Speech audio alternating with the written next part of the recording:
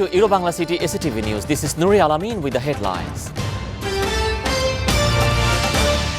Prime Minister paid tributes to Father of the Nation, Bangabandhu Sheikh Mujibur Rahman, on the occasion of his historic homecoming day today. 75.54 lakh school students to be vaccinated by January 31st this year. In-person classes to continue, said Education Minister. At least 19 people, including 9 children, died with dozens other injured in a massive fire in New York City, the worst fire disaster in over 30 years. Prime Minister Sheikh Hasina paid tributes to Father of the Nation, Bangabandhu Sheikh Mujibur Rahman, on the occasion of his historic homecoming day today. On this day, in 1972, Bangabandhu Sheikh Mujibur Rahman returned to independent and sovereign Bangladesh after over 9.5 months of captivity in a Pakistan jail. Hasina paid homage by placing wreaths at the portrait of the Father of the Nation in front of Bangabandhu Memorial Museum at Dhanmondi. After laying their wreaths, she stood in solemn silence for some time as a mark of profound respect to the memory of Bangabandhu. Her younger sister Sheikh Rehana was present beside her.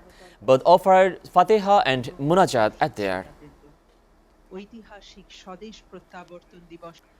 9 more cases of the Omicron variant of COVID-19 have been detected in Bangladesh, taking the total number of tally of 30 till the Monday.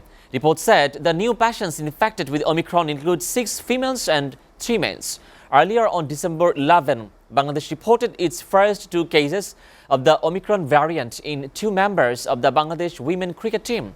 They had returned from Zimbabwe after taking part in the ICC Women's World Cup qualifiers. Bangladesh is currently seeing a surge of COVID-19 cases. The government has decided to keep schools open but emphasized the need for vaccination as the COVID-19 pandemic situation worsens in the country. The authorities will take initiatives to ensure first dose of COVID-19 vaccine to 75.54 lakh school students aged above 12 by the January 31st. Education Minister Dipomoni made the announcement at a press conference at the Secretariat on Monday. She said they have decided not to close any school for right now. They will instead try to administer vaccines to all students and allow them to continue classes. Mentioning that the vaccination rate is poor among the Qaumi Madrasa students, the minister said she will give directives to the local administration to take steps in this regard. Students can get the vaccine showing their respective schools' identity card. From January 12, students between the ages of 12 and 17 will require at least 1 dose of the COVID vaccine before they are allowed to attend in-person classes. BNP chairperson Begum Khaleda Zia, who is undergoing treatment at Everke Hospital in the city, was shifted to a cabin from the coronary care unit on Sunday night. Doctors said Khaleda was taken to a cabin from the CCU as per her medical board advice. There is no improvement in Khaleda's health condition. Her condition is the same as before and all the parameters of her health are fluctuating as in the past. Khaleda was admitted to the Everke Hospital on November 13. She was taken to the CCU the following day as her condition turned critical due to the internal bleeding. Viewers, we are taking a short break. Stay with Bangla City SATV News.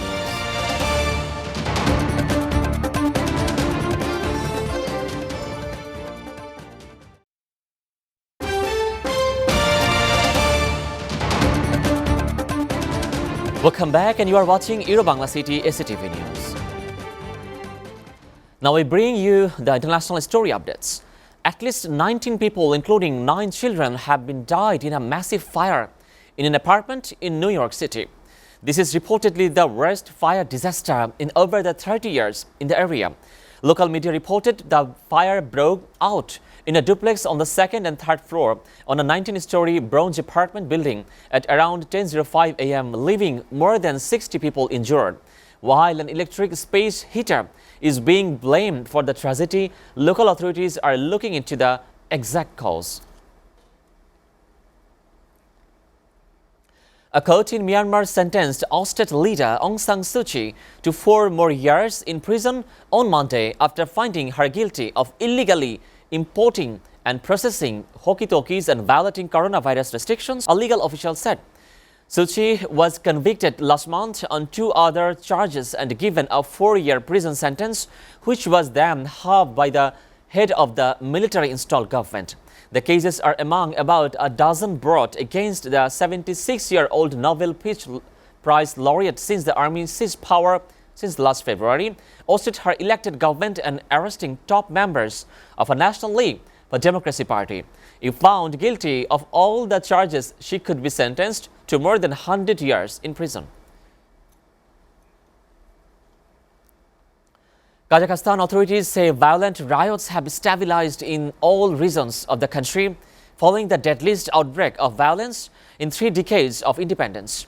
The news comes as media outlet reported that nearly 6,000 people have been arrested and over 160 people killed. Fuel price rises sparked the unrest a week ago.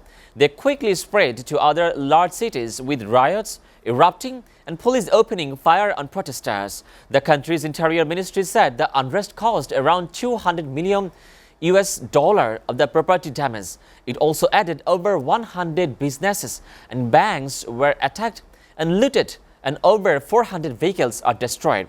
Supermarkets were also reopened on Sunday amid fears of the food shortage. Meanwhile, today, with the unrest, the Russia-led Collective Security Treaty Organization has sent about 2,500 troops as the peacekeepers.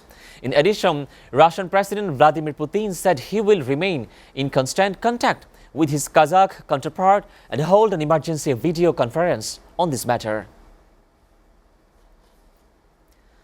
The highly anticipated talks between the US and Russia on European security and Moscow's military buildup near the Ukrainian kicked off with a working dinner in Geneva. International media reports that Russia Deputy Foreign Minister Sergei Ryabkov, along with all other Russian officials, arrived on Sunday evening for a meeting at the residence of the US ambassador to the Conference on Disarmaments. According to Russian news agency TASS, the meeting, led by Ryabkov and his US counterpart Deputy Secretary of State Wendy Sherman, will take place over 2 days on Sunday and Monday. The US and Latin America are seeing a spike in COVID-19 cases. The US on Sunday saw its 7-day average for the COVID-19 cases surpass the 700,000 mark. This was up by 78% from a week ago. According to the statistics compiled by the Johns Hopkins University, there were more than 900,000 cases in a span of just 24 hours on Saturday. The US has now seen a total number of nearly 60 million COVID-19 cases. The virus is worsening in Latin America as well, and Omicron is poisoning the threat in Brazil as well. Health authorities in the country have warned that the variant could push daily infections past 1.3 million as of the last month. China, on the other hand, has started mass testing on Sunday of the 14 million residents of Tianjin. The port city discovered 20 new infections recently, of which at least 2 were Omicron, and authorities there have decided to test all the Tianjin's residents. The Golden Globe Awards, Hollywood's so-called biggest party that regularly drew 18 million television viewers, was reduced to the live vlog Sunday night for the 79th edition. The embattled Hollywood Foreign Press Association HFPA proceeded with the film its award Sunday night without a telecast, nominees, and a red carpet, a host, press for even in the live stream. Instead, members of the HFPA and some recipients of the group philanthropic grants gathered at the Beverly Hilton Hotel for the 90-minute private event, announcing the names of the film and television winners of the organization's social media feeds. Steven Spielberg's West Side Story won the several big awards for the Best Picture Committee of Musical, Best Actor for the Rachel Zelgar, and Best Supporting Actor for the Ariana DeBose. Netflix Gothic Western of The Power of the Dog was named the Best Picture Drama. None of the winners appeared to be present at the event, nor did they immediately comment on their awards. A list of events and initiatives being organized to celebrate the Queen's 70th year of the throne has been unveiled. The United Kingdom is gearing up to to celebrate the milestone with a variety of public events and community activities. As per a press release by the royal family, Britain will organize the nationwide the Patissier competition, plant trees and extend public holidays.